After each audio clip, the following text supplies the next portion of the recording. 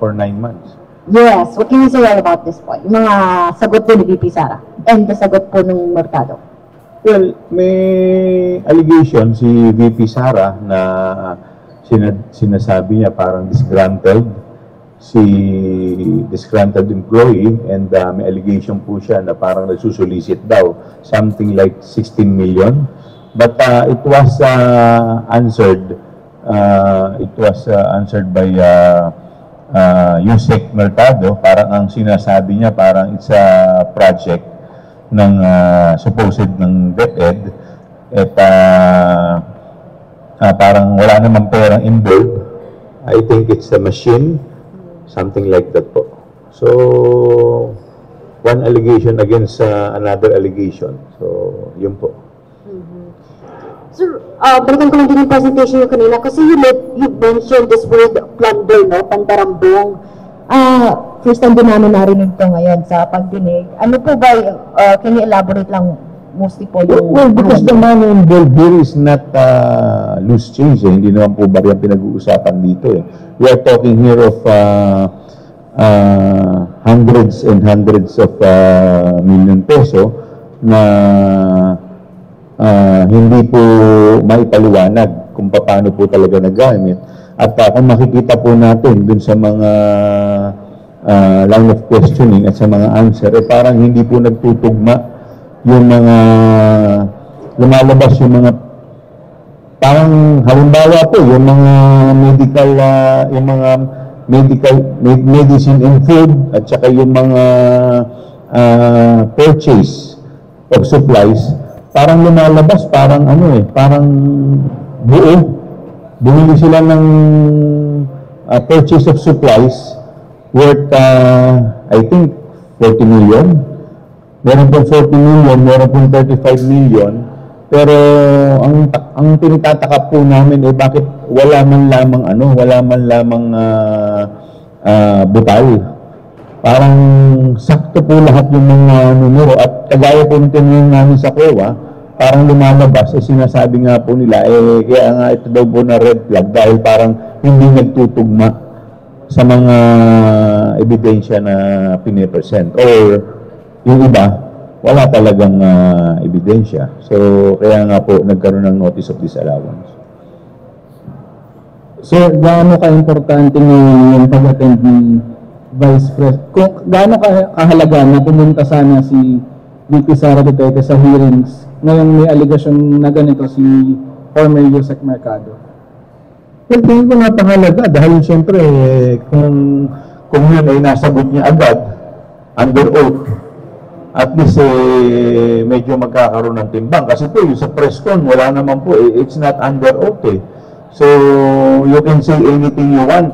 Unlike dito po, yung nag-aakusa po sa kanya at sinagot din po yung kanyang accusation under oath. At nagsumiti pa po ito ng affidavit na notarized. So, kung siya po talaga ay nagsisinungaling, si Yusek Mercado, bakit naman po siya papayag na ito ay mag-under oath at saka ay notarized? And considering na totoo lang, yung edad niya, retirable na 65 na 40 years in service. Pinakita naman po yung naging credentials niya, pati academic background niya. In fact, binta siya ng DAP development dito po sa may Tagaytay, kung hindi po ako nagkakamali. So, medyo, kung titingnan po natin yung dalawa, medyo ito kasi nanumpa So, alam naman po niya yung magiging consequence nun kung siya po ay nagsisinungaling. Sir, kayo ba yung lumapit kay Yusek Mercado o siya po ba yung lumapit sa inyo? Paano po ba yung naging coordination? Paano niyo siya napagsalita? Well, actually, nandiyan na po siya kanina. So, meron pong nakipag-coordinate po siya sa isa sa mga miyembro ng committee. So, yun nga po. At nung pinakinggan po namin yung kanyang statement at may affidavit, talaga namang medyo nakakagulat din. Nakakagulat din po. Chair, ano pong ina-expect nyo in the next hearing? Meron pa ba kayong items, specific items na titingnan, i-explore? Ano pong aabangan namin in the next hearing? Actually, marami pa dahil may mga binanggit din si Yusek Mercado ng mga personalities. Like yung kumausap sa kanya, inigbigay sa kanya ng 50,000 at yung asawa po nun na I think part din ng department ni BP Sara. So, sinapina na po namin yon. So, let's see kung ano po yung mga maririnig natin sa kanilang mga pahayag. Saan po ito hahantong?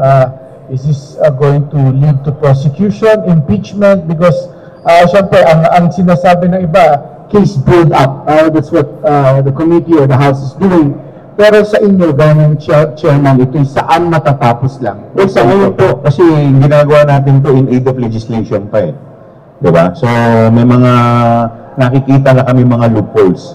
Kagaya nga po ng binabanggit namin, lumalabas naman talaga na may mga departamento talaga na hindi talaga po pwedeng bigyan ng mga confidential fund So, sabi ko nga, nung nakausap ko kanina si Congressman Dan Fernandez, sabi ko, una sinasabi niya, dapat yung joint circular, ilimit.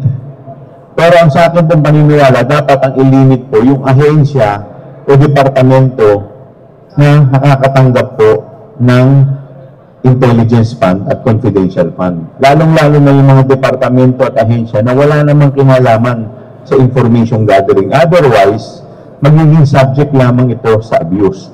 Kasi kagaya po ng mga departamento, kagaya ng DepEd, o Office of the Vice President, Office of the Vice Mayor, Office of the Provincial Vice Governor, yung mga yan, wala naman po silang mandato to maintain peace and order. Ang talagang dapat meron yan, yung mga may mandato, halimbawa po, yung mga kapulisan, Office of the President, yung mga local chief executive, yan, may mga mandato po yan, at doon po nila talaga gagamitin yung intelligence gathering. Samantalang dito po, wala. Nakikita po natin, pati yung purchase po ng mga supplies na wala naman pong connection, wala pong ebidensya na ito ay may connection sa intelligence gathering. Kasi yung lumalabas sa circular, dapat lahat ng mga paggamit dito may kinalaman sa intelligence gathering. So, legislation lang, it stops there. It will not be used for impeachment. Well, possibly, meron pong, kasi palalim na po ng palalim yung ating investigasyon dito So, lahat naman po yun posible. Thank you, Chair. Thank you po. Maraming salamat din po.